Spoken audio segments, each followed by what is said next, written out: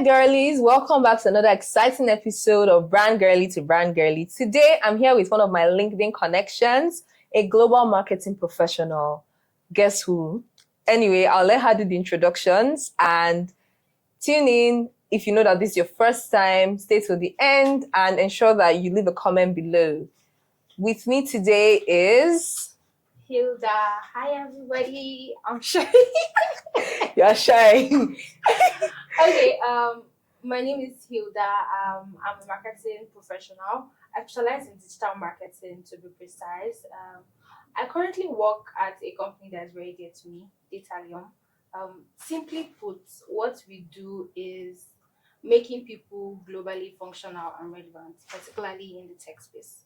Right. So that's it to me.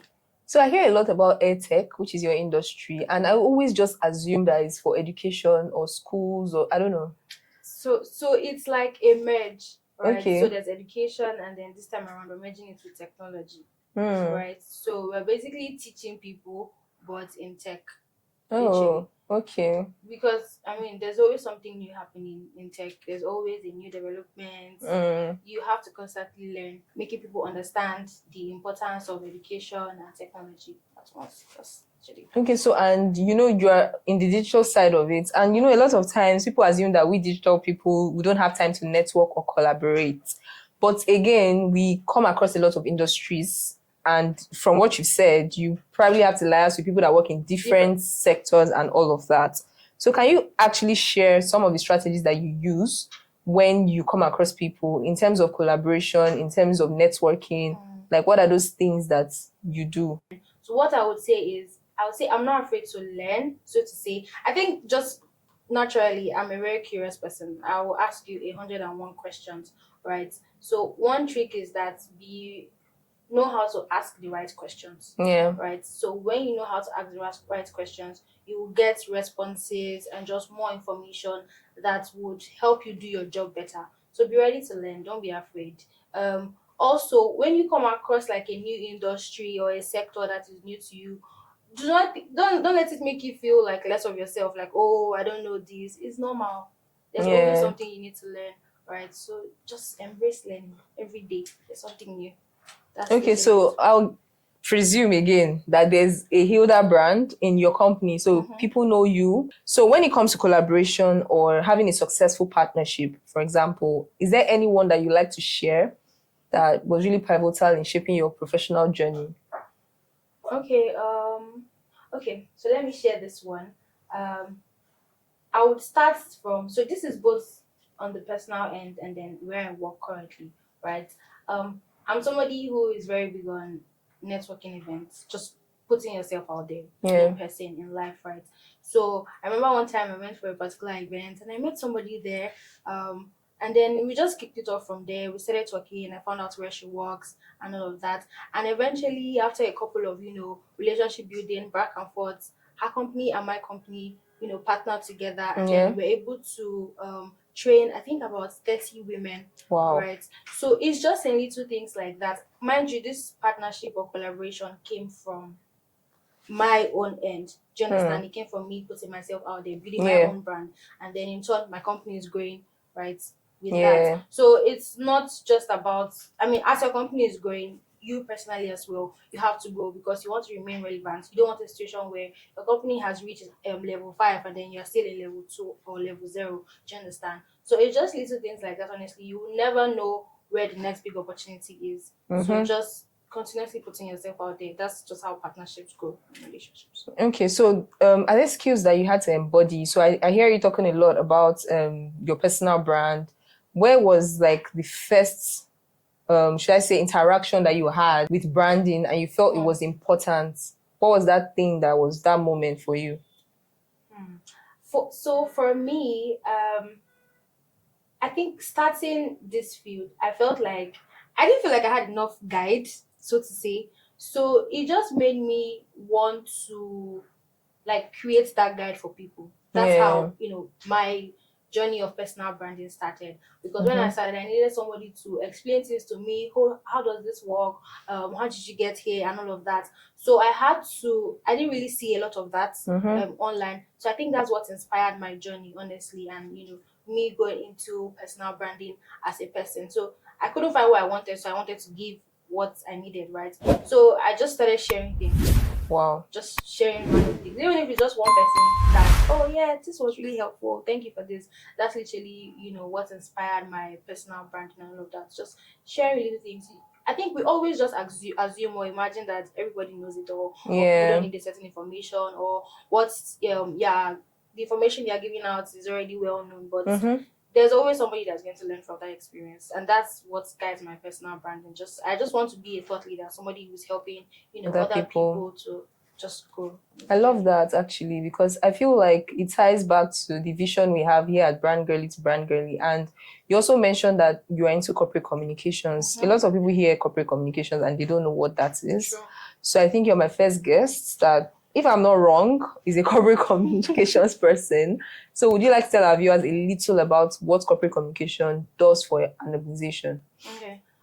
So first off, it's quite broad, right? Mm, It entails every single external communication. So even starting from in-house, employee branding, yeah. right? Making sure that the employees understand the brand story, Mm-hmm. because it starts from in-house, right? If the communication in-house is proper and there's structure to it and all of that, then it's easier for the company to even, excel in terms of communication to the Yeah. external stakeholders. So just in two ways, first of all, internal communication and external communication to stakeholders. That's literally what, corporate communication in general.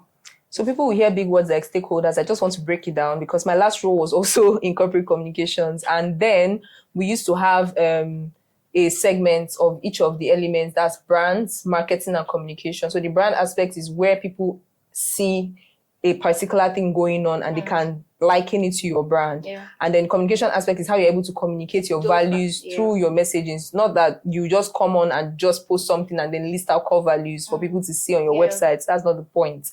So it's by showing how your people culture is, how it plays into the values of organization's brand. success and all of that. So you said something about internal communications, which is basically communications with everybody in the company. So stakeholders like your head of department, people that are in other branches, maybe people that have to interface with customers. So it means that you are letting them know how they should sound that likens to the brand. So there's a brand tone and everything just works out. So are there issues where you have come across maybe somebody misrepresenting the brand and you are supposed to have this person as your stakeholder? Like you said, a lot of times we are paired with customer engagement people, as people that answer queries, people that pick calls of customers. Initially you might be wanting to respond as you as a person, but you are a brand now. Are there cases where somebody has misrepresented your brand? Maybe on Twitter something was said, or maybe somebody just did something off brand. How did you come in, or how did the company handle it? Okay, so for one, I'll just share a story. Um, it's not exactly a story, but we went through this process in my company where we had to do like a business re-engineering because we wanted to improve our culture. Okay. Meaning, we realized that some internal stakeholders did not fully understand, the brand voice, the brand True. culture, and it was beginning to also show to our stakeholders, which was, which is obviously a bad thing.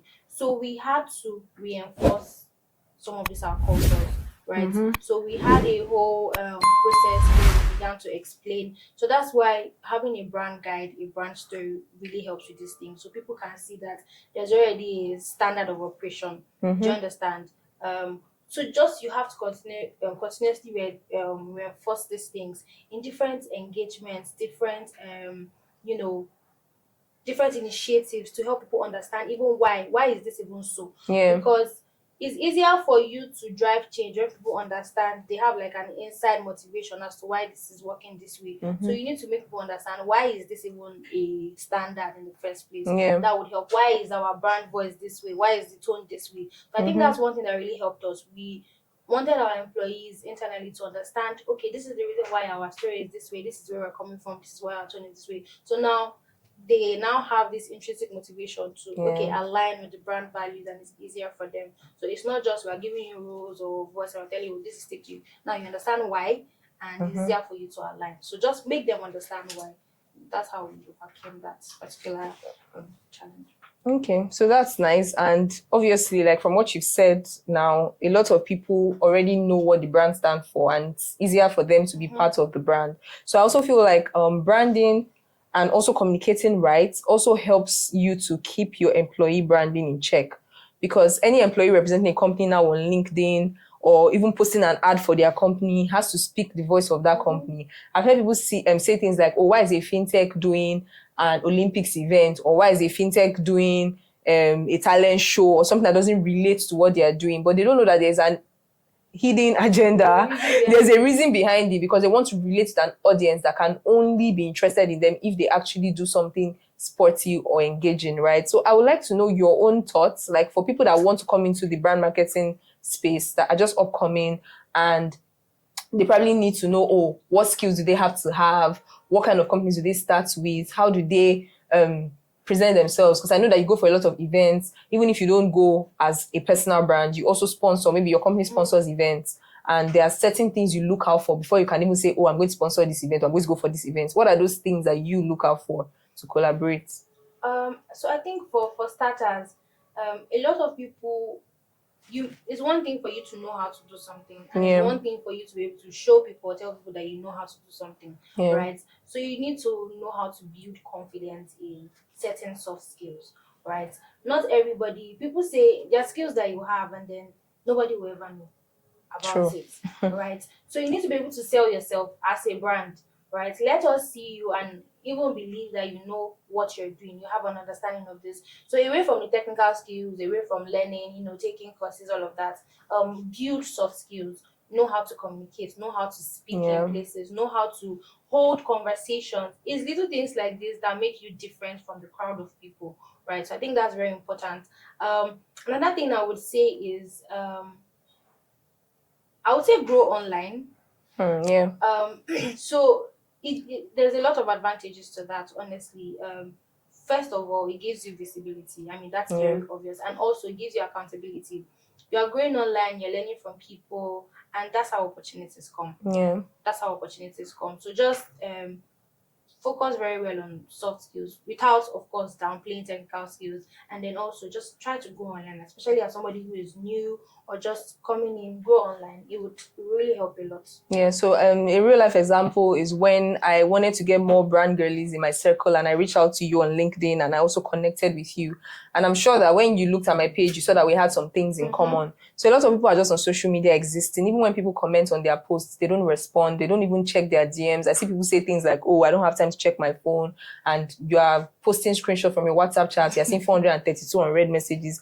Well, I don't know how that works, but in communication, we make sure that even with our personal conversations, we're able to establish that connection with whoever we come across. And that's one thing I picked from this segment. Thank you so much, Hilda, for being on here. I will not say your Igbo name because you introduced yourself with your Igbo name, but let's do English names for now. And thank you, viewers, for being part of this. Thank you for staying to the end. Please subscribe, share with your friends. Every Brand Girlie out there deserves to know more about corporate communications and the likes. See you in our next episode. Bye.